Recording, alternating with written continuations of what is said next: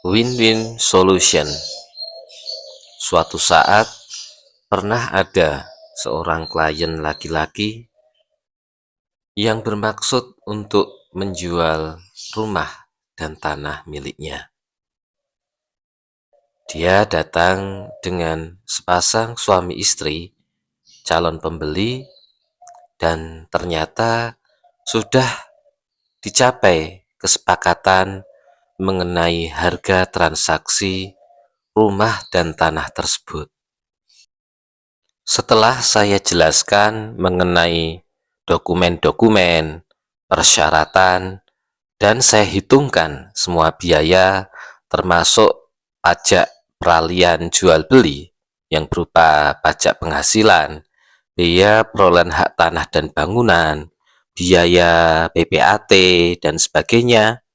Mereka akhirnya bersepakat antara laki-laki penjual rumah tanah tersebut dan juga pasangan suami istri itu selaku calon pembeli.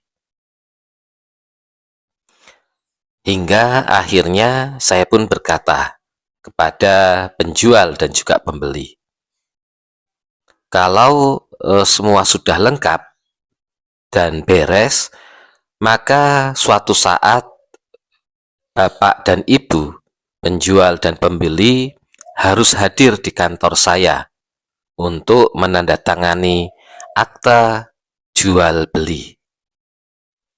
Saya berkata kepada laki-laki penjual rumah tanah tersebut bahwa harus hadir dengan istrinya. Sedang kalau untuk pembeli silahkan bisa hadir sendiri atau mungkin dengan pasangannya.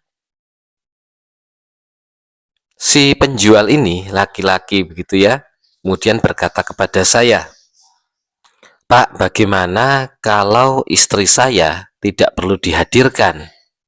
Cukup saya saja yang datang menandatangani akte jual beli," begitu. Karena terus terang hubungan saya dengan istri saya itu sudah tidak harmonis, begitu ucapnya. Sudah lama kami ini pisah rumah. Sudah ada hampir sekitar 3 bulan katanya, begitu. Kemudian saya menjelaskan dan menjawab bahwa tidak bisa, Pak, karena rumah dan bangunan ini dan tanah ini adalah tanah dan rumah yang dibeli semasa perkawinan Bapak dengan istri, jadi merupakan harta gonogini. Sehingga ketika akan mengalihkan, menjual begitu ya, ataupun misalnya mengagunkan, menjadikan agunan, jaminan suatu hutang, maka harus mendapatkan persetujuan istri atau pasangannya, karena merupakan harta gonogini, begitu ucap saya. Sang laki-laki tersebut kemudian berdalih begini, "Atau bagaimana Pak, kalau kami hadirnya tidak usah bersamaan? Atau Bapak coba saya berikan nomor HP atau WA istri saya. Nanti Bapak silahkan yang bernegosiasi dengan istri saya tersebut. Bagaimana baiknya? Kami sudah 3 bulan memang pisah rumah, Pak. Walaupun kami memang belum resmi bercerai begitu." Dan Bapak tersebut begitu ya, suatu saat juga telepon saya bercerita banyak begitu curhat mengapa dia dengan istrinya sekarang menjadi pisah rumah. Saya menjadi seorang yang menerima curhatan dari seorang klien. Dia bercerita panjang lebar mengenai kehidupan rumah tangganya sekarang. 2 hari berselang, akhirnya benar saya menghubungi perempuan yang merupakan istri dari penjual tersebut.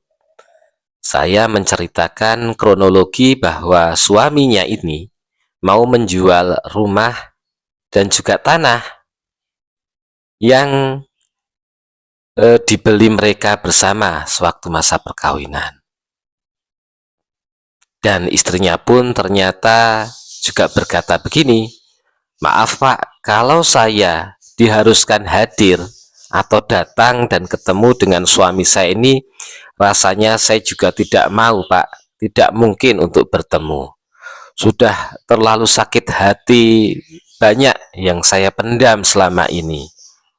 Hingga tidak terasa perempuan ini pun, istri dari penjual ini, akhirnya curhat juga kepada saya. Tentu dengan versi ibu ini juga. Jadi akhirnya saya menerima curhatan dari kedua belah pihak, bagikan seorang konselor ataupun consulting pernikahan begitu. Kalau aktenya dikirim saja bagaimana Pak? Karena saya kebetulan posisinya sekarang saya berada di luar kota, jauh dari Jogja. Untuk datang tentunya saya semakan waktu yang tidak lama, tidak sebentar, membutuhkan biaya transportasi yang tidak sedikit. Dan yang jelas untuk bertemu suami saya, memang saya rasanya sudah tidak mau, karena sudah 3 bulan memang kami pisah rumah begitu. Menghadapi situasi kondisi dan keadaan seperti ini membuat saya hanya tersenyum dan memahami kedudukan antara sepasang suami istri ini, antara laki-laki dan perempuan ini yang mau menjual tanah. Nah, ada satu solusi yang kebetulan saya ingat. Saya berkata kepada perempuan ini, "Baik Ibu, Ibu bisa tidak datang ke kantor saya dan tidak perlu bertemu dengan suami Anda, tidak perlu datang keluar dari luar kota jauh ke sini untuk menandatangani akta. Namun tolong Ibu menghadap notaris di mana Ibu sekarang berada untuk nanti membuat akta persetujuan. Akta persetujuan tersebut dibuat oleh notaris yang intinya nanti bahwa Ibu menyetujui bahwa atas rumah dan tanah tersebut untuk dialihkan atau dijual oleh suami Anda begitu." Alhamdulillah, perempuan ini pun akhirnya menyetujui. Dan akhirnya saya pun diberikan nomor telepon atau WA notaris yang mengurus atau membuat akta persetujuan ibu ini atau perempuan ini. Itulah, dalam menghadapi sesuatu, akhirnya saya menemukan sebuah win-win solution, di mana solusi tidak ada yang menang, tidak ada yang kalah.